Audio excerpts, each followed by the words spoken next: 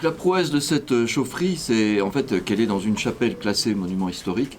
Donc il a fallu négocier avec les instances pour pouvoir imaginer un process aussi compliqué que celui-ci. C'est un projet hors du commun donc qui a été inauguré ce jeudi matin à Matincourt, l'installation d'une chaufferie bois dans un sous-sol, celui de la chapelle Notre-Dame, un mode de chauffage biomasse qui fleurit de plus en plus sur notre territoire et qui utilise des ressources locales, des plaquettes de bois fabriquées à Gerbamont, une priorité pour la municipalité qui souhaite privilégier les circuits courts. On travaille avec une entreprise vosgienne pour la livraison du bois, ce qui permet aussi de limiter notre empreinte carbone. Donc voilà, tout est aujourd'hui plus vertueux dans ce mode de chauffage et les travaux de rénovation énergétique qui ont été réalisés en parallèle contribuent aussi à ces performances-là.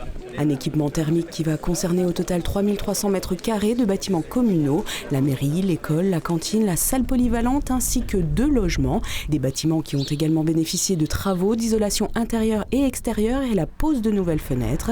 Coût total de l'opération 1 200 000 €, dont 500 000 € pour la chaufferie, subventionnée à 70% par l'État, la région et le département.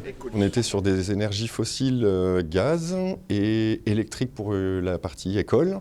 On avait une puissance installée qui était aux environs de 300 kW cumulés et qu'on a divisé par 2,5 environ pour arriver à cette puissance de 120 kW pour alimenter du coup les différents bâtiments. On a commencé à mettre en chauffe effectivement à partir de l'automne dernier, donc c'est tout récent et on estime avec le premier recul qu'on peut avoir entre 13 000 et 15 000 € d'économies par an qu'on va faire sur nos dépenses de fluide et d'énergie. Des économies importantes qui permettront de financer d'autres projets déjà dans les cartons, comme la réhabilitation du site des tennis à l'entrée du village qui pourrait être transformé en plaine sportive. Il y aura plusieurs équipements sportifs de proximité, un pump track, un city stade, des agrès de fitness, une aire de pétanque, une aire de foot-golf et aussi un terrain d'urban tennis. C'est une nouvelle pratique de tennis pour découvrir justement le tennis, un plus petit terrain, mais qui va permettre aussi d'avoir un côté